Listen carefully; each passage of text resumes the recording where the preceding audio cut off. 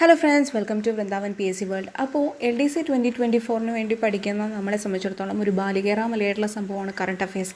എല്ലാവർക്കും അല്ല കേട്ടോ, കുറച്ച് പേർക്കെങ്കിലും അങ്ങനെ ആയിരിക്കുമല്ലോ.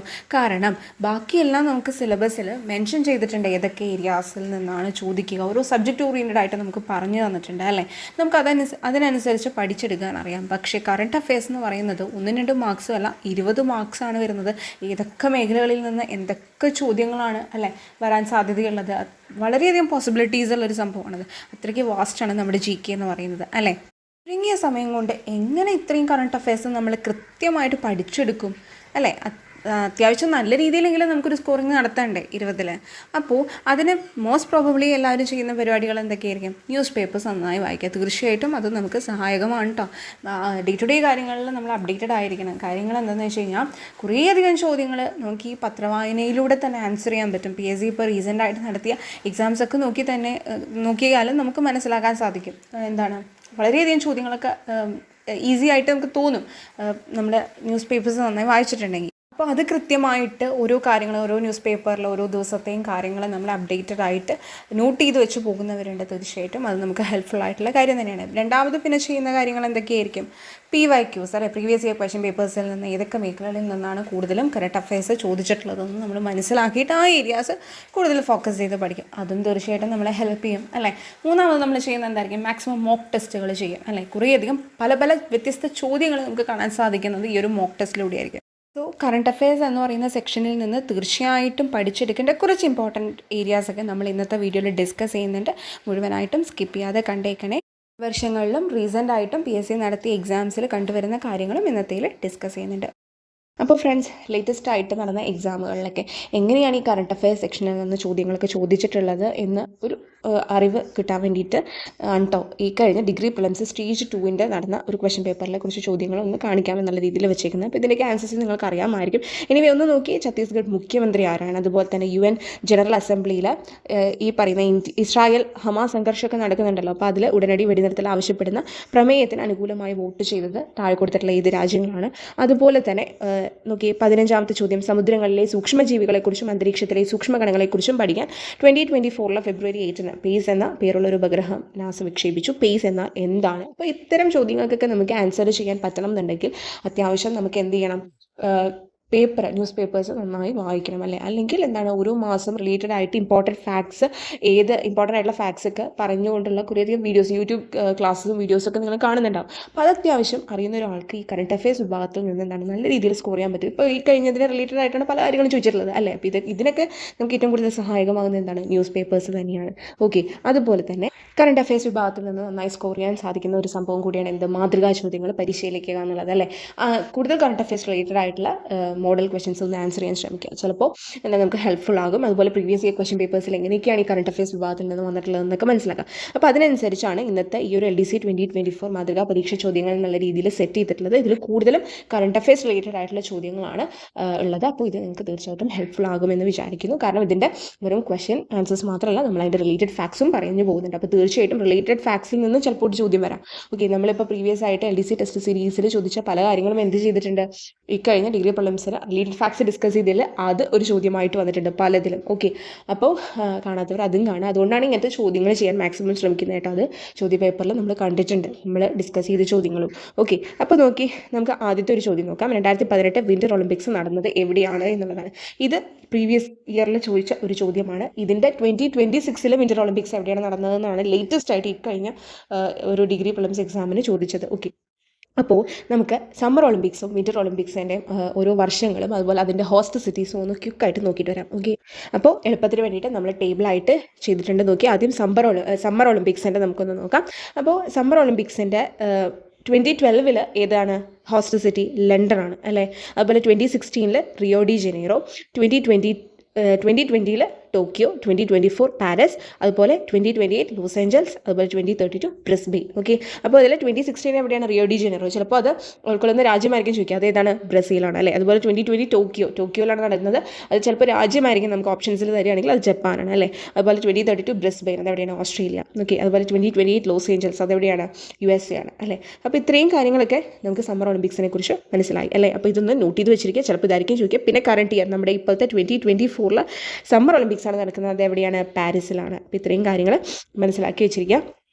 ഇനി വിൻ്റർ ഒളിമ്പിക്സ് എന്ന് നമ്മൾ പറഞ്ഞല്ലോ. അപ്പോൾ ഈ വിൻ്റർ ഒളിമ്പിക്സിനെ കുറിച്ചൊരു കാര്യം പറയട്ടെ. 2 സമ്മർ ഒളിമ്പിക്സ്, അതായത് 2 വേനൽക്കാല ഒളിമ്പിക്സിൻ്റെ മധ്യേ നടക്കുന്ന ഒളിമ്പിക്സാണ് എന്താണ് 2 വേനൽക്കാല ഒളിമ്പിക്സിന് മധ്യേ നടക്കുന്ന ഒളിമ്പിക്സാണ് വിൻ്റർ ഒളിമ്പിക്സ് എന്ന് പറയുന്നത്. അപ്പോൾ 2012 2016 ഇടയിൽ നടന്ന ഒരു എന്താണ് വിൻ്റർ ഒളിമ്പിക്സ്. അപ്പോൾ രണ്ടും നമ്മൾ നോക്കുകയാണെങ്കിൽ +4, അതായത് 4 വർഷം കൂടുമ്പോഴാണ് നടക്കുക. പക്ഷേ മാറിപ്പോകരുതല്ലോ. അപ്പോൾ 2 വേനൽക്കാല ഒളിമ്പിക്സിൻ്റെ ഇടയ്ക്കാണ് വിൻ്റർ ഒളിമ്പിക്സ് നടക്കുക എന്ന് പറഞ്ഞു. അപ്പോൾ 2012 സമ്മർ ഒളിമ്പിക്സ് നടക്കുന്നതെങ്കിൽ നെക്സ്റ്റ് 4 ഇയേഴ്സ് കൂടി 2016 സമ്മർ ഒളിമ്പിക്സ് നടക്കുക അല്ലേ.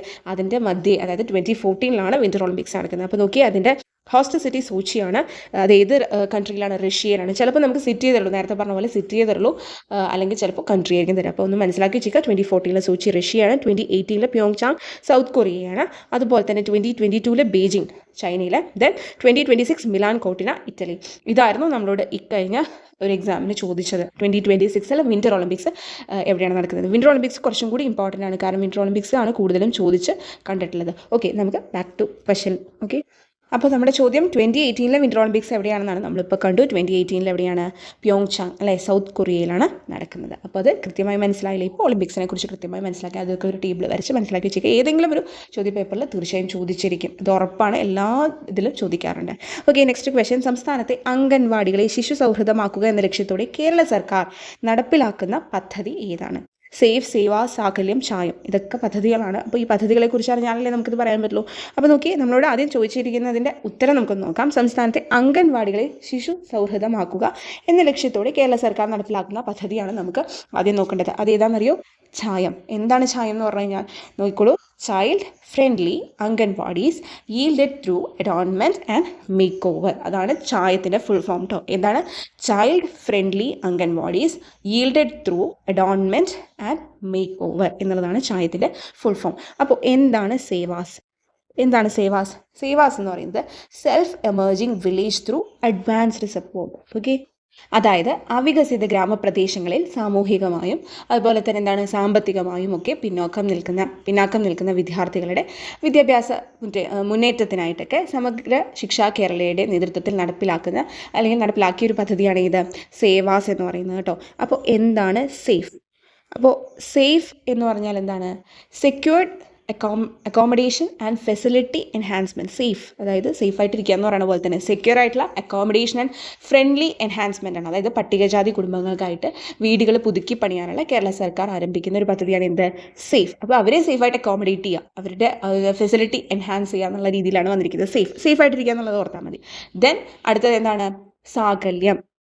അപ്പോൾ നമ്മൾ സേഫ് എന്താണെന്ന് പറഞ്ഞു, സേവാസ് പറഞ്ഞു. ഇനി സാകല്യം എന്താണ്? നിർധനരായ ട്രാൻസ്ജെൻഡർ വിഭാഗക്കാർക്ക് അവർക്ക് വേണ്ടിയിട്ട് സ്വയം തൊഴിലും അതുപോലെ തന്നെ ഉപജീവന മാർഗവും കണ്ടെത്തുന്നതിനായി പരിശീലനം നൽകുക എന്ന ലക്ഷ്യത്തോടെയുള്ള കേരള സാമൂഹ്യ നീതി വകുപ്പ് നടത്തുന്ന ഒരു പദ്ധതിയാണ് സാകല്യം എന്ന് പറയുന്നത്. ഓക്കെ, അപ്പോൾ നമ്മൾ വിശദമായിട്ട് സേഫ്, സേവാസ്, സാകല്യം എന്താണെന്ന് പറഞ്ഞിട്ടുണ്ട്. ഒന്നും കൂടി വിശദമായിട്ടൊന്ന് കേട്ട് നോക്കുക കേട്ടോ. പദ്ധതികൾ ഇമ്പോർട്ടൻ്റ് ആണ്, ചിലപ്പോൾ പദ്ധതികൾ ചോദിക്കാൻ ചാൻസ് ഉള്ളതാണ്. അപ്പോൾ അത് കൃത്യമായിട്ടൊന്നും കൂടെ റിപ്പീറ്റ് അടിച്ച്, അതുപോലെ നമുക്ക് യൂട്യൂബ് സൈറ്റ് സെറ്റിങ്സിൽ സ്പീഡ് കുറയ്ക്കാനും കൂട്ടാനുള്ളതുണ്ട് കേട്ടോ. അപ്പോൾ അത് വെച്ചിട്ടും ഒന്ന് കേട്ട് നോക്കാം. ഓക്കെ, അപ്പോൾ നമുക്ക് നെക്സ്റ്റ് ക്വസ്റ്റ്യനിലോട്ട് പോകാം. നോക്കി, ചന്ദ്രന്റെ ഉപരിതലത്തിൽ ജലസാന്നിധ്യം കണ്ടെത്തിയ നാസയുടെ ബഹിരാകാശ നിരീക്ഷണ കേന്ദ്രം. നാസ എപ്പോഴും ചോദിക്കാൻ സാധ്യതയുള്ള ഒരു ഏരിയ ആണ് കേട്ടോ. നാസയുടെ പല പരീക്ഷണ ദൗത്യങ്ങളെ കുറിച്ചും ചോദിച്ചിട്ടുണ്ട്. എക്സ്പാൻഷൻ ആയിരിക്കാം, അതായത് ഷോർട്ട് ഫോംസ് വന്നിട്ട് അതിൻ്റെ എക്സ്പാൻഷൻ ആയിരിക്കാം ചോദിക്കുക. ചിലപ്പോൾ എന്നാണ് വിക്ഷേപിച്ചത്, അങ്ങനത്തെ കാര്യങ്ങൾ ചോദിക്കാം. എവിടെയാണ്, എന്തിനുള്ളതാണ്, അങ്ങനെയുള്ള കുറേയധികം ചോദ്യങ്ങളാണ്. അപ്പോൾ നാസ ഇമ്പോർട്ടൻ്റ് ആയിട്ടുള്ള ഏരിയയാണ്. കറണ്ട് അഫയേഴ്സിൽ സ്പെഷ്യൽ ആയിട്ടുള്ള ഒരു പരിഗണന നമ്മൾ എന്ത് കൊടുക്കണം? നാസയ്ക്ക് കൊടുക്കണം. അപ്പോൾ നോക്കി, നമുക്ക് എന്താണ് ചന്ദ്രൻ്റെ ഉപരിതലത്തിൽ ജലസാന്നിധ്യം കണ്ടെത്തിയ നാസയുടെ ബഹിരാകാശ നിരീക്ഷണ കേന്ദ്രം ഏതാണെന്നാണ് അറിയേണ്ടത്. ഏതാണെന്നറിയോ? സോഫിയയാണ് കേട്ടോ. സോഫിയ. അപ്പോൾ എന്താണ് സോഫിയയുടെ ഫുൾ ഫോം എന്ന് നോക്കിയാലോ? Stratospheric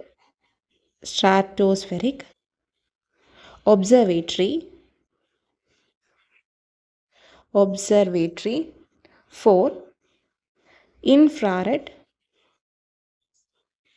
astronomy. Okay, astronomy. ഇതാണ് സോഫിയയുടെ ഫുൾ ഫോം. എന്താണ്? Stratospheric observatory for infrared astronomy. അപ്പോൾ ഇതെന്താണ്? ചന്ദ്രൻ്റെ ഉപരിതലത്തിൽ ജലസാന്നിധ്യം കണ്ടെത്തിയ നാസയുടെ ബഹിരാകാശ നിരീക്ഷണ കേന്ദ്രമാണ്. ഓക്കെ, അപ്പോൾ ബാക്കിയുള്ളത് നോക്കി. ഡാർട്ട് എന്താണ്? DART. ഇതിൻ്റെ ഫുൾ ഫോം എന്താണെന്നുള്ളത് അവിടെ നിൽക്കട്ടെ. അത് അതിനെ റിലേറ്റ് ചെയ്തൊരു ചോദ്യം ഇന്നത്തെ ഈ ഇതിൽ ഡിസ്കഷനിലുണ്ട്. അപ്പോൾ അതിനെക്കുറിച്ച് ഡാർട്ടിനെ കുറിച്ച് നമുക്ക് ഡീറ്റെയിൽ ആയിട്ടൊന്ന് നോക്കാം കേട്ടോ അതിൽ. ഓക്കെ, അതിൻ്റെ ഓപ്ഷൻ സിയിൽ എന്താണ്? ആർട്ടിമിസ് എന്ന് പറയുന്നത് നാസയുടെ തന്നെ, അതായത് ചന്ദ്രനിലേക്ക് വീണ്ടും മനുഷ്യരെ എത്തിക്കുന്ന നാസയുടെ ഒരു ദൗത്യമാണ് ഏത്? ഈ പറയുന്ന ആർട്ടിമിസ് എന്ന് പറയുന്നത്. എന്താണ്? ചന്ദ്രനിലേക്ക് വീണ്ടും മനുഷ്യരെ എത്തിക്കുന്ന നാസയുടെ ദൗത്യമാണ് ആർട്ടിമിസ്. ഓക്കെ, യാത്രികരുടെ പേടകം അതിൽ ഏതാണെന്നറിയോ? ഓറിയോൺ എന്നുള്ളതാണ്. Okay, Orion. അപ്പോൾ അതൊക്കെ ഒന്ന് നോട്ട് ചെയ്ത് വെച്ചിരിക്കുക. നാസയുടെ എല്ലാ കാര്യങ്ങളും ഒന്ന് നോട്ട് ചെയ്ത് വെച്ചിരിക്കുക. ഓക്കെ, അപ്പോൾ ആർട്ടിമിസ് 1ൻ്റെ ലക്ഷ്യം എന്താണെന്നറിയോ? ചന്ദ്രന് ചുറ്റുമുള്ള ഭ്രമണപഥത്തിൽ ഒരു യാത്രാ പേടകത്തെ വിക്ഷേപിക്കുക എന്നുള്ളതാണ് ആർട്ടിമിസ് 1ൻ്റെ. ദെൻ ആർട്ടിമിസ് 2 ഉണ്ട് ഇതുപോലെ. ഓക്കെ, അപ്പോൾ അതും മനസ്സിലാക്കുക. ആർട്ടിമിസ് 1ഉം 2ഉം ഉണ്ട്. ആർട്ടിമിസിൻ്റെ മെയിൻ ലക്ഷ്യം എന്താണ്? ചന്ദ്രനിലേക്ക് വീണ്ടും മനുഷ്യരെ എത്തിക്കുന്ന നാസയുടെ ദൗത്യമാണ് ആർട്ടിമിസ്. അതിൽ 1ൻ്റെ ലക്ഷ്യമാണ് ഈ പറഞ്ഞ ചന്ദ്രന് ചുറ്റുമുള്ള ഭ്രമണപഥത്തിൽ ഒരു യാത്രാ പേടകത്തെ വിക്ഷേപിക്കുക. ദെൻ ആർട്ടിമിസ് 2 ഉണ്ട്. അതിൽ കുറേയധികം സഞ്ചാരികൾ ഭാഗമാകുന്നുണ്ട് എന്നുള്ളതൊക്കെ ഒന്ന് മനസ്സിലാക്കുക. ഓക്കെ, ഇനി നാലാമത്തെ ചോദ്യം കാണുമ്പോൾ ഇത് കറണ്ട് അഫെയർ ആണോ എന്നുള്ള രീതിയിൽ എല്ലാവരും വിചാരിക്കുക. അപ്പോൾ അങ്ങനെയല്ല, നമ്മൾ ഈ ഒരു മാതൃകാ ചോദ്യങ്ങൾ ഇട്ടു എന്നുള്ളത് പറഞ്ഞല്ലോ. അപ്പോൾ അതിൽ കൂടുതലും കറണ്ട് അഫെയർസ് ചോദ്യങ്ങളാണ് ഉൾപ്പെടുത്തിയത്. ഇനിയും അത് കുറേയധികം ചോദ്യങ്ങളുണ്ട്. അപ്പോൾ അതിൻ്റെ ഇടയിൽ എന്താണ് കുറേയധികം കറണ്ട് അഫെയർസ് കേൾക്കുമ്പോൾ നമുക്ക് ഇടയ്ക്ക് നമ്മൾ പഠിച്ച നമ്മുടെ സിലബസിൽ ഒരു സബ്ജക്റ്റ് ഓറിയൻറ്റഡ് ആയിട്ട് പഠിച്ച കുറച്ച് കാര്യങ്ങളും കൂടെ അറിഞ്ഞിരിക്കുന്നത് നല്ലതല്ലേ. അപ്പോൾ നമുക്ക് എന്താണ് കുറച്ച് വിരക്തി മാറി കിട്ടും.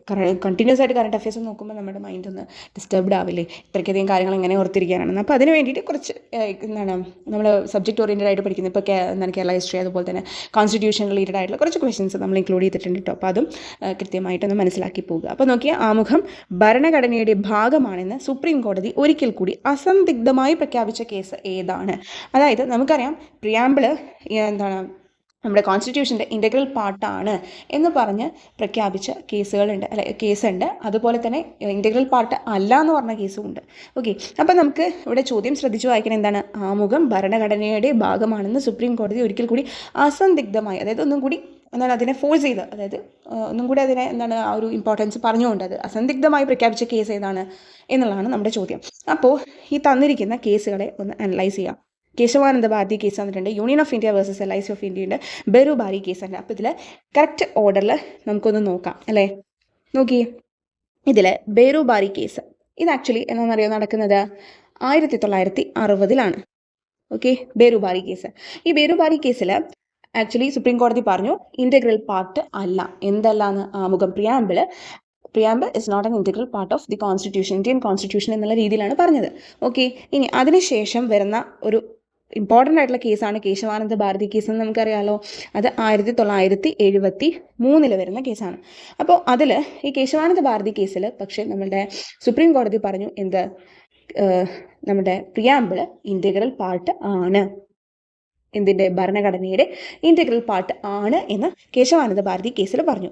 എന്നാൽ അതൊന്നും കൂടി ഫോഴ്സ് ചെയ്ത ആമുഖം ഭരണഘടനയുടെ ഭാഗമാണെന്ന് സുപ്രീം കോടതി ഒരിക്കൽ കൂടി അസന്ദിഗ്ധമായി പ്രഖ്യാപിച്ച കേസ് ഏതാണെന്നറിയോ? Union of India versus LIC of India എന്നുള്ളതാണ്. ഓക്കെ, അപ്പോൾ അത് ഏത് വർഷമാണ് union of India versus LIC of India എന്ന് പറയുന്ന കേസ് വരുന്നത്? 1995-ലാണ്. അപ്പോൾ ഈ 3 കേസുകളും ഒന്ന് ശ്രദ്ധിച്ച് നോക്കി വയ്ക്കണം. ഈ ഇയേഴ്സും നമ്മളൊന്ന് നോക്കി വയ്ക്കണം. ഓക്കെ, അപ്പോൾ അസന്ദിഗ്ധമായി പ്രഖ്യാപിച്ചത് ഏതാണ്? Union of India versus LIC of ഇന്ത്യയാണ്. എന്നാൽ ആദ്യമായിട്ട് പറഞ്ഞത് ഏതാണ്? ഇൻ്റഗ്രൽ പാർട്ടാണെന്ന്. അത് കേശവാനന്ദ ഭാരതി കേസാണ്. എന്നല്ല എന്ന് പറഞ്ഞത് ഏതാണ്? ബെറുബാരി കേസാണ്. അപ്പോൾ ഇതിൻ്റെ ഓർഡർ ഒന്ന് മനസ്സിലാക്കാം. 1960, 73, 1995. ഓക്കെ, അപ്പോൾ നെക്സ്റ്റ് ചോദ്യം നോക്കിയേ. ഇന്ത്യക്ക് സോഷ്യലിസ്റ്റ് ഘടന വേണമെന്ന് ആദ്യമായി നിർദ്ദേശിച്ച കോൺഗ്രസ് സമ്മേളനം ഏതാണ്? ഇന്ത്യക്ക് സോഷ്യലിസ്റ്റ് ഘടന വേണമെന്ന് ആദ്യമായിട്ട് നിർദ്ദേശിച്ച കോൺഗ്രസ് സമ്മേളനം ഏതാണെന്നറിയോ? ആവടി സമ്മേളനമാണ് കേട്ടോ. ആവടി സമ്മേളനമാണ്. ആ സമയത്ത് പ്രസിഡന്റ് ആരായിരുന്നെന്നറിയോ? UN ധേബർ ആയിരുന്നു പ്രസിഡന്റ്. ഓക്കെ, ഈ പറയുന്ന ആവടി എവിടെയാണ്? തമിഴ്നാട്ടിലാണ് കേട്ടോ. അപ്പോൾ ബാക്കിയുള്ളതും കൂടി നമുക്കൊന്ന് നോക്കിയാലോ? പെട്ടെന്ന് തന്നെ നോക്കാം. കറാച്ചി സമ്മേളനത്തിൻ്റെ പ്രത്യേകത എന്താണ്? കറാച്ചി സമ്മേളനം 1931-ലാണ് നടക്കുന്നത്. ഈ പറയുന്ന ആവടി സമ്മേളനം നടക്കുന്നത് ആക്ച്വലി 1955-ലാണ് കേട്ടോ. ഓക്കെ, അപ്പോൾ കറാച്ചി സമ്മേളനം നോക്കി 1931-ലാണ് നടക്കുന്നത്. ആ സമയത്ത് കോൺഗ്രസ് പ്രസിഡന്റ്, ഇന്ത്യൻ നാഷണൽ കോൺഗ്രസിൻ്റെ പ്രസിഡന്റ് ആയിരുന്നു? സർദാർ വല്ലഭായ് പട്ടേൽ ആയിരുന്നു. അപ്പോൾ എന്താണ് ഈ 1931-ലെ കറാച്ചി സമ്മേളനത്തിൻ്റെ പ്രത്യേകത? മൗലികാവകാശങ്ങളെക്കുറിച്ചും സാമ്പത്തിക നയത്തെക്കുറിച്ചൊക്കെ ആദ്യമായിട്ട് പ്രമേയം പാസ്സാക്കിയത് ഏതിലാണ്? ഈ പറയുന്ന കറാച്ചി സമ്മേളനത്തിലാണ്. അപ്പോൾ ഇങ്ങനെയുള്ള സമ്മേളനങ്ങൾ നമ്മൾ ശ്രദ്ധിക്കണം. ഓക്കെ, കാരണം ഈ മൗലികാവകാശങ്ങൾ നമ്മുടെ കോൺസ്റ്റിറ്റ്യൂഷനിലുണ്ട് അല്ലേ. അപ്പോൾ തീർച്ചയായിട്ടും മൗലികാവകാശങ്ങളെക്കുറിച്ചുള്ള ഇങ്ങനത്തെ കാര്യങ്ങളൊക്കെ നമ്മൾ മനസ്സിലാക്കേണ്ടത്. അപ്പോൾ കറാച്ചി സമ്മേളനത്തിൻ്റെ പ്രത്യേകത ഈ പറയുന്ന ഫണ്ടമെൻ്റൽ റൈറ്റ്സിനെ കുറിച്ചും അതുപോലെ തന്നെ സാമ്പത്തിക നയത്തെക്കുറിച്ചുമൊക്കെ ആദ്യമായിട്ട് പ്രമേയം പാസ്സാക്കിയത് ഈ പറയുന്ന കറാച്ചി സമ്മേളനത്തിലായിരുന്നു 1931. എന്നാൽ ഈ മൗലിക അവകാശങ്ങളെക്കുറിച്ചും ഈ പറഞ്ഞ സാമ്പത്തിക നയത്തെക്കുറിച്ചുള്ള ആ ഒരു പ്രമേയം ഉണ്ടല്ലോ, ആ ഒരു പ്രമേയം തയ്യാറാക്കിയതാരായിരുന്നു? നെഹ്റു ആയിരുന്നു. ഓക്കെ, തയ്യാറാക്കിയത് നെഹ്റു ആണ്, അവതരിപ്പിച്ചത് നമ്മുടെ INC പ്രസിഡന്റ് സർദാർ വല്ലഭായ് പട്ടേൽ ആയിരുന്ന സമയത്താണ്. ഓക്കെ, ദെൻ എന്താണ് ബെൽഗാം സമ്മേളനത്തിന്റെ പ്രത്യേകത? ബെൽഗാം സമ്മേളനം നടക്കുന്നത് 1924 ഓക്കെ, അപ്പോൾ ഇതൊന്ന് ഇറേസ് ചെയ്തിട്ട് നമുക്ക് നോക്കാം. ബെൽഗാം സമ്മേളനം നടക്കുന്നത് 1924 ഓക്കെ. അപ്പോൾ ഈ സമ്മേളനത്തിന്റെ പ്രത്യേകത എന്താ? ഇപ്പൊ പഠിച്ചവർക്ക് അറിയാമായിരിക്കും അല്ലേ, എന്താണ്? ഗാന്ധിജി പ്രസിഡന്റായ ഏക സമ്മേളനമാണ് ഇത്, ബെൽഗാം സമ്മേളനം. അപ്പോൾ അത്രയും കാര്യങ്ങൾ മനസ്സിലാക്കിയില്ലേ? അപ്പോൾ ഈ ചോദ്യത്തിൽ നിന്ന് നമുക്ക് കുറേയധികം കാര്യങ്ങൾ മനസ്സിലാക്കി. ഓക്കെ, നമുക്കിനി 6ാമത്തെ ചോദ്യത്തിലോട്ട് കിടക്കാം. നോക്കി, 26 ജനുവരി 1950, ഇപ്പോൾ കുറച്ച് ടൈപ്പിംഗ് എറേഴ്സ് ഉണ്ടാവും കേട്ടോ, സോറി ഫോർ ദാറ്റ്. അപ്പോൾ 26 ജനുവരി 1950 ആമുഖമനുസരിച്ച്, അതായത് ആ സമയത്തെ നമ്മുടെ കോൺസ്റ്റിറ്റ്യൂഷൻ വരുന്നുണ്ട്, അത് നിലവിൽ വരുന്നു. അപ്പോൾ അതിൽ പ്രിയാമ്പിൾ അനുസരിച്ച് ഇന്ത്യ ഒരു എന്താണ്, അതായത് ജനാധിപത്യ റിപ്പബ്ലിക്കാണോ, അല്ലെങ്കിൽ പരമാധികാര ജനാധിപത്യ റിപ്പബ്ലിക്കാണോ, അല്ലെങ്കിൽ പരമാധികാര മതേതര ജനാധിപത്യ റിപ്പബ്ലിക്കാണോ, അല്ലെങ്കിൽ അതിൻ്റെ ഇടയിൽ എന്താണ് സോഷ്യലിസ്റ്റും കൂടി ഉണ്ടോ? അപ്പോൾ ഇതിൽ നമ്മൾക്ക് ഇങ്ങനെ പെട്ടെന്ന് കാണുമ്പോൾ ഒരു കൺഫ്യൂഷനൊക്കെ വരാം അല്ലേ. അപ്പോൾ ഒരു കാര്യം മനസ്സിലാക്കാം, ഇന്ത്യ അതായത് 1950 ജനുവരി 26 സംഭവം എന്താണെന്ന് ചോദിച്ചത് അല്ലേ. ഭരണഘടന നിലവിൽ വരുന്ന സമയത്ത് ആമുഖം അനുസരിച്ച് ഇന്ത്യ എന്താണ്? ഒരു പരമാധികാര ജനാധിപത്യ റിപ്പബ്ലിക്കാണ്, അതായത് സോവറിൻ ഡെമോക്രാറ്റിക് റിപ്പബ്ലിക്കാണ്. ഓക്കെ, പരമാധികാര ജനാധിപത്യ റിപ്പബ്ലിക്കാണ്. അതേസമയം നമുക്ക് അറിയാവുന്ന ഒരു കാര്യമുണ്ട്, എന്തൊക്കെ ചെയ്താലും ഈ പറയുന്ന സോഷ്യലിസ്റ്റ് അതുപോലെ തന്നെ എന്താണ് സെക്യുലർ എന്ന് പറയുന്ന ഈ 2 കാര്യങ്ങളും ഒരു തരത്തിലും വരാൻ സാധ്യതയില്ല. കാരണം എന്താ? ഈ പറയുന്ന സോഷ്യലിസ്റ്റ് എന്ന് പറയുന്ന ആ ഒരു ടേമും അതുപോലെ തന്നെ സെക്യുലർ എന്ന് പറയുന്ന ടേമും വന്നത് 1976 42ാം ഭേദഗതി പ്രകാരമാണ് വരുന്നത് അല്ലേ. അപ്പോൾ ഇത് നമുക്ക് അറിയാവുന്ന കാര്യമല്ലേ. അപ്പോൾ തീർച്ചയായിട്ടും നമുക്ക് എലിമിനേഷൻ വഴി ഉത്തരത്തിലേക്ക് എത്താം അല്ലേ. അപ്പോൾ സോഷ്യലിസ്റ്റ് അതായത് സ്ഥിതി സമത്വം എന്നാണ് കേട്ടോ മലയാളത്തിൽ പറയാം, സ്ഥിതി സമത്വം. അതുപോലെ സെക്യുലർ മതേതരത്വം, ഈ 2 വാക്കുകളും 1976 42ാം ഭേദഗതി പ്രകാരമാണ് വന്നത്. ഓക്കെ, അതുമാത്രമാണ് വന്നത്? അല്ല, ഐക്യം അതായത് യൂണിറ്റി എന്ന് പറയുന്ന ഒരു ടേമും ഒരു വാക്കും കൂടെ നമ്മുടെ പ്രിയാമ്പിളിൽ പറയുന്നുണ്ട്. അതിൻ്റെ കൂടെ ആ യൂണിറ്റി എന്ന് പറയുന്നതിനോടൊപ്പം തന്നെ അഖണ്ഡതയും ഇൻറ്റഗ്രിറ്റി എന്ന് പറയുന്ന സംഭവം ചേർത്തത് 42ാമത്തെ അമെൻമെൻറ്റ് വഴിയാണ്. ഓക്കെ, നമുക്ക് നെക്സ്റ്റ് ചോദ്യത്തിലോട്ട് കിടക്കാം. നെക്സ്റ്റ് ചോദ്യം നോക്കി, ഷൺമുഖദാസൻ എന്ന പേര് സ്വീകരിച്ച നവോത്ഥാന നായകൻ ആരാണ്? ഷൺമുഖദാസൻ ആരാണെന്നറിയോ? ചട്ടമ്പി സ്വാമികളാണ്. ചട്ടമ്പി സ്വാമികൾക്ക് ആ ഒരു ചട്ടമ്പി എന്ന് പറയുന്ന പേര് എങ്ങനെ കിട്ടിയെന്നറിയോ? ചട്ടങ്ങൾ നടപ്പിലാക്കാൻ ചുമതലയുള്ള ആൾ എന്ന അർത്ഥത്തിലാണ് ചട്ടമ്പി എന്ന പേര് വന്നത്. അപ്പോൾ അദ്ദേഹം സ്കൂൾ ലീഡറായിട്ട്, അതായത് സ്കൂളിലെ ക്ലാസ് ലീഡറായിട്ട് അദ്ദേഹത്തിലുള്ള അദ്ദേഹത്തെ നേതൃത്വം വഹിക്കാനുള്ള അദ്ദേഹത്തിൻ്റെ ആ ഒരു ഇത് മനസ്സിലാക്കിയിട്ട് അദ്ദേഹത്തെ ക്ലാസ് ലീഡറാക്കുന്നുണ്ട്. അപ്പോൾ അതിൽ ചട്ടങ്ങൾ നടപ്പിലാക്കാൻ ചുമതലയുള്ള ആൾ എന്ന അർത്ഥത്തിലാണ് ചട്ടമ്പി എന്ന പേര് കൂടെ ചേർത്തത് കേട്ടോ. അദ്ദേഹത്തിൻ്റെ യഥാർത്ഥ പേരെന്തായിരുന്നു എന്ന് എല്ലാവർക്കും അറിയാലോ, അയ്യപ്പൻ എന്നുള്ളതായിരുന്നു അദ്ദേഹത്തിൻ്റെ പേര്. അതുപോലെ തന്നെ അദ്ദേഹത്തിന് മറ്റൊരു പേരിലും അറിയപ്പെടുന്നുണ്ട് വിദ്യാധിരാജൻ എന്നും. ഓക്കെ, അദ്ദേഹമാണ് മിശ്രഭോജനം ഒക്കെ സംഘടിപ്പിക്കുന്നത്. ഓക്കെ, അതുപോലെ വൈകുണ്ഠസ്വാമികളുടെയാണ് എന്ത് സമപന്തി ഭോജനം. ഓക്കെ, നെക്സ്റ്റ് ചോദ്യം നോക്കി, കാണുന്നില്ല ഒരക്ഷരവും എൻ്റെ വംശത്തെ പറ്റി കാണുന്നുണ്ട് അനേക വംശത്തിൻ ചരിത്രങ്ങൾ. എൻ്റെ എന്നാണ് ഉദ്ദേശിക്കുന്നത്. ഓക്കെ, അപ്പോൾ നോക്കി, നമ്മളുടെ ചോദ്യം ഒരു ഇങ്ങനെ വരികൾ തന്നിട്ട് എപ്പോഴും ചോദിക്കും കേട്ടോ. അപ്പോൾ അതൊന്ന് നോട്ട് ചെയ്ത് വെച്ചേക്കാം. കാണുന്നില്ല ഒരക്ഷരവും എൻ്റെ വംശത്തെ പറ്റി കാണുന്നുണ്ട് അനേക വംശത്തിൻ ചരിത്രങ്ങൾ. ഈ വരികൾ ആരുടേതാണെന്നറിയോ? കുമാരഗുരുദേവൻ്റെയാണ് കേട്ടോ. അപ്പോൾ അദ്ദേഹത്തിന് ശരിക്കും പൊയ്കയിൽ അപ്പച്ചൻ എന്നും അറിയപ്പെടുന്നുണ്ട് അദ്ദേഹം. ഓക്കെ, കുമാരഗുരുദേവൻ തന്നെയാണ് പൊയ്കയിൽ അപ്പച്ചൻ എന്നറിയപ്പെടുന്നത്. അതുപോലെ തന്നെ സ്ഥിരം ചോദിക്കുന്നതാണ് പ്രത്യക്ഷ രക്ഷാ ദൈവസഭ ആരുടെയാണെന്നറിയോ? അദ്ദേഹത്തിൻ്റെയാണ് കേട്ടോ. അപ്പോൾ ഇത്രയും കാര്യങ്ങൾ മനസ്സിലാക്കിയില്ലേ? അപ്പോൾ നിങ്ങൾ വിചാരിക്കുന്നുണ്ടാവും എന്താണ് കറണ്ട് അഫയേഴ്സ് പറഞ്ഞിട്ട് ഇത്തരം ചോദ്യങ്ങൾ ഇടയിലിട്ടത്. നമ്മൾ ചോദ്യങ്ങൾ സെറ്റ് ചെയ്ത് വെച്ചതാണ്, പക്ഷേ എന്താണ് കുറേയധികം ഇതിൽ കൂടുതലും കറണ്ട് അഫയേഴ്സ് ചോദ്യങ്ങളാണ് ഇട്ടത്. എന്നാൽ അതിൻ്റെ ഇടയിൽ നമ്മൾക്ക് എന്താണ് കുറച്ചും കൂടി കംഫർട്ടബിൾ ആയിട്ട് പഠിക്കാൻ എളുപ്പത്തിനും കുറച്ച് കാര്യങ്ങൾ എന്താണ് നമ്മൾ പഠിച്ച ടോപ്പിക്സും കൂടെ വരുമ്പോൾ നമുക്ക് ഒരു ആശ്വാസം കിട്ടുമല്ലോ. അപ്പോൾ അങ്ങനെയുള്ള ഇതുവരെ കാണാത്ത കുറച്ച് ചോദ്യങ്ങളും കൂടെ അതിൽ ഉൾപ്പെടുത്തി എന്നുള്ളൂ കേട്ടോ. ഇനി വരുന്നത് മുഴുവൻ കറണ്ട് അഫയർ ചോദ്യങ്ങളാണ്, നമുക്ക് നോക്കാം. നോക്കിയേ, ഇന്ത്യയുടെ ആർട്ടിഫിഷ്യൽ ഇൻ്റലിജൻസ് തലസ്ഥാനമായി പ്രഖ്യാപിക്കപ്പെട്ടത് ഏത് നഗരമാണെന്നാണ് കേട്ടോ ചോദിച്ചിട്ടുള്ളത്. ആർട്ടിഫിഷ്യൽ ഇൻ്റലിജൻസ് തലസ്ഥാനമായി പ്രഖ്യാപിക്കപ്പെട്ടത് അപ്പോൾ ഏതാണെന്നറിയോ? ആൻസർ ഹൈദരാബാദാണ് കേട്ടോ. ഓക്കെ, ഇന്ത്യയുടെ ആർട്ടിഫിഷ്യൽ ഇൻ്റലിജൻസ് തലസ്ഥാനമായി പ്രഖ്യാപിക്കപ്പെട്ടത്. അടുത്ത ചോദ്യം, ഇന്ത്യയിലെ ആദ്യ സമ്പൂർണ്ണ ഭരണഘടനാ സാക്ഷരതാ ജില്ലയായി പ്രഖ്യാപിക്കപ്പെട്ടത് ഏതാണ്? സമ്പൂർണ്ണ ഭരണഘടനാ സാക്ഷരതാ ജില്ലയായി പ്രഖ്യാപിക്കപ്പെട്ടത് ഏതാണെന്നറിയോ? കൊല്ലമാണ് കേട്ടോ. അപ്പോൾ എന്താണ് കൊല്ലത്തിനെ കുറിച്ചൊന്ന് പറയുകയാണെങ്കിൽ, അതായത് ദി സിറ്റിസൺ എന്ന ക്യാമ്പയിൻ വഴിയാണ് ഈ ലക്ഷ്യം കൈവരിച്ചത് കേട്ടോ. കൊല്ലം ഈ ഒരു ലക്ഷ്യം കൈവരിച്ചത് എങ്ങനെയാണ്? ദി സിറ്റിസൺ എന്ന ക്യാമ്പയിൻ വഴിയാണ്. അപ്പോൾ ഇന്ത്യയിൽ ഫസ്റ്റ് പഞ്ചായത്ത് ഏതാണ് ഇങ്ങനെ കൈവരിച്ചത് എന്ന് ചോദിച്ചു കഴിഞ്ഞ് കഴിഞ്ഞാൽ അത് കുളത്തൂപ്പുഴയാണ് കേട്ടോ. പുഴ എന്ന പഞ്ചായത്താണ് ഇത് ആദ്യമായിട്ട് ഇന്ത്യയിൽ ഈ പറയുന്ന സമ്പൂർണ്ണ ഭരണഘടനാ സാക്ഷരതാ ജില്ലയായിട്ട് പ്രഖ്യാപിച്ചത്. ഓക്കെ, നമുക്കിനി അടുത്ത ചോദ്യത്തിലോട്ട് കിടക്കാം. ഇന്ത്യയിലെ ആദ്യ ഗോൾഡ് ATM നിലവിൽ വന്നത് എവിടെയാണ്? ഇന്ത്യയിലെ ആദ്യ ഗോൾഡ് ATM വന്നത് എവിടെയാണെന്ന് അറിയോ? ഹൈദരാബാദിൽ തന്നെയാണ്. അപ്പോൾ ഇതിൽ പിൻവലിക്കാൻ കഴിയുന്ന സ്വർണ്ണ നാണയത്തിന്റെ മൂല്യം എത്രയാണെന്നറിയോ? 0.5 ഗ്രാം തൊട്ട് 100 ഗ്രാം വരെയാണ് കേട്ടോ പിൻവലിക്കാൻ പറ്റുന്നത്. അപ്പോൾ ഇന്ത്യയിലെ ആദ്യ ഗോൾഡ് ATM എവിടെയാണ് വരുന്നത്? ഹൈദരാബാദിലാണ്. 0.5 ഗ്രാം മുതൽ 100 ഗ്രാം വരെ പിൻവലിക്കാൻ സാധിക്കും. അപ്പോൾ ഇത്രയും കാര്യങ്ങൾ മനസ്സിലായില്ലേ? അടുത്ത ചോദ്യം നോക്കി. ക്രിമിനൽ നിയമങ്ങളെ അടിമുടി പരിഷ്കരിക്കാൻ ലക്ഷ്യമിട്ടുകൊണ്ട് ലോക്സഭയിൽ അവതരിപ്പിച്ച ബില്ലുകളിൽ CRPCക്ക് പകരമായിട്ട് അവതരിപ്പിച്ചത് ഏതാണ്? നമുക്കറിയാം, ലേറ്റസ്റ്റ് ആയിട്ട് നടന്നൊരു സംഭവമാണത്. ക്രിമിനൽ നിയമങ്ങളെ അടിമുടി പരിഷ്കരിച്ചു അല്ലേ? അപ്പോൾ ലോക്സഭയിൽ ഈ ബില്ല് അവതരിപ്പിച്ചത് എന്താണെന്നറിയോ? 11/8/2023 എന്താണ് കേന്ദ്രമന്ത്രിയായ അമിത്ഷാ അവതരിപ്പിച്ചത്. ഓക്കെ, അപ്പോൾ ഈ ക്രിമിനൽ നിയമങ്ങളെ അടിമുടി പരിഷ്കരിക്കാൻ ലക്ഷ്യമിട്ടുകൊണ്ട് ലോക്സഭയിൽ അവതരിപ്പിച്ചത് 3 ബില്ലുകളാണ്. ഓക്കെ, അവതരിപ്പിച്ച ബില്ലുകളിൽ 3 സംഭവങ്ങൾ മാറ്റുന്നുണ്ട്. IPC, CRPC എന്നൊക്കെ പറയുന്ന സംഭവം എല്ലാവർക്കും അറിയാമെന്ന് വിചാരിക്കുന്നു. IPCയുടെയും CRPCയുടെയൊക്കെ ഫുൾ ഫോം. ഇന്ത്യൻ പീനൽ കോഡാണ് IPC, ക്രിമിനൽ പ്രൊസീജിയർ കോഡാണ് എന്ത്? CRPC. അപ്പോൾ ഇതിൽ CRPCക്ക് പകരമായിട്ട് ഏതാണ് അവതരിപ്പിച്ചതെന്നാണ് നമ്മളോട് ചോദിച്ചിട്ടുള്ളത്. അപ്പോൾ കൃത്യമായിട്ട് മനസ്സിലാക്കി വെച്ചിരിക്കുക. CRPCക്ക് പകരമായിട്ട് വന്നത് ഭാരതീയ നാഗരിക് സുരക്ഷാ സംഹിത. ഓപ്ഷൻ C ആണ് കേട്ടോ, ഭാരതീയ നാഗരിക് സുരക്ഷാ സംഹിത. എന്നാൽ IPCക്ക് പകരമായിട്ട് അവതരിപ്പിച്ചത് ഏതാണെന്നറിയോ? ഭാരതീയ ന്യായ സംഹിത. അതാണ് IPCക്ക് പകരമായിട്ട് വന്നത്. അങ്ങനെയാണെങ്കിൽ ഭാരതീയ സാക്ഷി എന്താണെന്നറിയോ? അത് തെളിവ് നിയമത്തിന് പകരം വന്നതാണ് കേട്ടോ. തെളിവ് നിയമത്തിന് പകരം വന്നതാണത്. ഓക്കെ, അപ്പോൾ ഇത്രയും കാര്യങ്ങൾ ഈ ഒരു ചോദ്യത്തിൽ നിന്ന് മനസ്സിലാക്കിയില്ലേ? അതുപോലെ ബില്ല് അവതരിപ്പിച്ച തീയതി 11/8/2023 ഓക്കെ, നെക്സ്റ്റ് ചോദ്യം നോക്കി. അത് ഒബ്വിയസ്ലി ISRO ആയിട്ട് റിലേറ്റ് ചെയ്തത്. അപ്പോൾ ISROയും നാസയൊക്കെ ഇമ്പോർട്ടൻ്റ് ആണ്, ചോദിക്കാൻ സാധ്യതയുള്ള മേഖലകളാണ് അതൊക്കെ. ഓക്കെ, അപ്പോൾ നോക്കി. ഇന്ത്യയുടെ ആദ്യത്തെ L1 വിക്ഷേപണവുമായി ആദിത്യ എന്നല്ല കേട്ടോ, ആദിത്യ L1 കേട്ടോ, സോറി. അപ്പോൾ ഇന്ത്യയുടെ ആദിത്യ L1 വിക്ഷേപണവുമായി ബന്ധപ്പെട്ട പ്രസ്താവനകളിൽ തെറ്റായത് ഏത് എന്നാണ് നമ്മളോട് ചോദിച്ചിട്ടുള്ളത്. ഓക്കെ, അപ്പോൾ നോക്കി. ആദിത്യ L1 വിക്ഷേപണം എന്തുമായിട്ട് ബന്ധപ്പെട്ടുള്ളതാണെന്ന് എല്ലാവർക്കും അറിയാം അല്ലേ?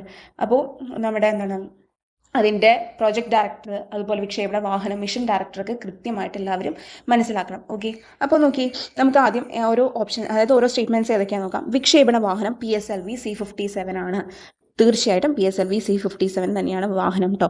ഇനി പ്രോജക്ട് ഡയറക്ടർ, മിഷൻ ഡയറക്ടർ, ഇത് രണ്ടും നമുക്ക് ആക്ച്വലി തിരിച്ചാണ് കൊടുത്തിരിക്കുന്നത്. ഓക്കെ, പ്രോജക്ട് ഡയറക്ടർ ആക്ച്വലി ആരാന്നറിയോ? അതായത് SR ബിജു എന്നുള്ളതാണ്. ആര്? SR ബിജു ആണ് mission director. Project director Nigar ഷാജിയാണ്. അപ്പോൾ നിഗർ ഷാജി പ്രോജക്ട് ഡയറക്ടറും SR ബിജു മിഷൻ ഡയറക്ടറാണ്. അപ്പോൾ ഇത് തിരിഞ്ഞാണ് കൊടുത്തിരിക്കുന്നത്. ഓക്കെ, ഇത് തിരിഞ്ഞാണ് കൊടുത്തിരിക്കുന്നത്. അപ്പോൾ ഈ ഒരു ഓപ്ഷൻ, അതായത് ഈ ഒരു സ്റ്റേറ്റ്മെൻറ്റ്, ഓപ്ഷൻ അല്ല സ്റ്റേറ്റ്മെൻറ്റ് തെറ്റാണ്. ഓക്കെ, അപ്പോൾ ഓപ്ഷൻ 2 തെറ്റാണെന്ന് നമുക്ക് മനസ്സിലായത്. നമ്മളോട് തെറ്റായതാണ് ചോദിച്ചിട്ടുള്ളത്. അപ്പോൾ 2 ഉള്ളത് മാത്രം നമുക്ക് വെച്ചാൽ മതി അല്ലേ? ഇനി നോക്കിയേ. ഈ സൗരദൗത്യത്തിലെ VELC സൂര്യൻ്റെ എക്സ്റേ കിരണങ്ങളെക്കുറിച്ച് പഠിക്കുന്നു. ആണോ? അപ്പോൾ അതിൻ്റെ കുറച്ച് ഡീറ്റെയിൽ ആയിട്ട് അറിയുന്ന ഒരാൾക്ക് അതിനെക്കുറിച്ച് പറയാൻ പറ്റുള്ളൂ അല്ലേ? മൂന്നാമത്തെ സ്റ്റേറ്റ്മെൻറ്റ് ശരിയാണെങ്കിൽ 2, 3 ആയിരിക്കും. അതായത് മൂന്നാമത്തെ സ്റ്റേറ്റ്മെൻറ്റ് തെറ്റാണ് എങ്കിൽ നമ്മുടെ ആൻസർ ഏതാ വരിക? 2 and 3 വരിക. പക്ഷേ മൂന്നാമത്തെ സ്റ്റേറ്റ്മെൻറ്റ് ശരിയാണെങ്കിൽ 2 മാത്രമേ വരിക. അപ്പോൾ ഇതിനെക്കുറിച്ച് കൃത്യമായിട്ട് മനസ്സിലാക്കണം. എന്താണ് VELC? VELC എന്ന് പറഞ്ഞാൽ വിസിബിൾ എമിഷൻ ലൈൻ കൊറോണോഗ്രാഫ് എന്നാണ് കേട്ടോ അതിൻ്റെ ഫുൾ ഫോം. അത് ആക്ച്വലി സൂര്യൻ്റെ ബാഹ്യവലയമായ കൊറോണയെക്കുറിച്ചാണ് പഠിക്കുന്നത്. എന്നാൽ നമ്മളോട് പറഞ്ഞത് എന്താണ്? അതിൻ്റെ എക്സ്റേ കിരണങ്ങളെ കുറിച്ച് പഠിക്കുന്നു എന്നാണ്. എക്സ്റേ കിരണങ്ങൾ ആക്ച്വലി പഠിക്കുന്നത് ഇതല്ല. അത് ആക്ച്വലി പഠിക്കുന്നത് HEL1OS എന്ന് പറയുന്നത്.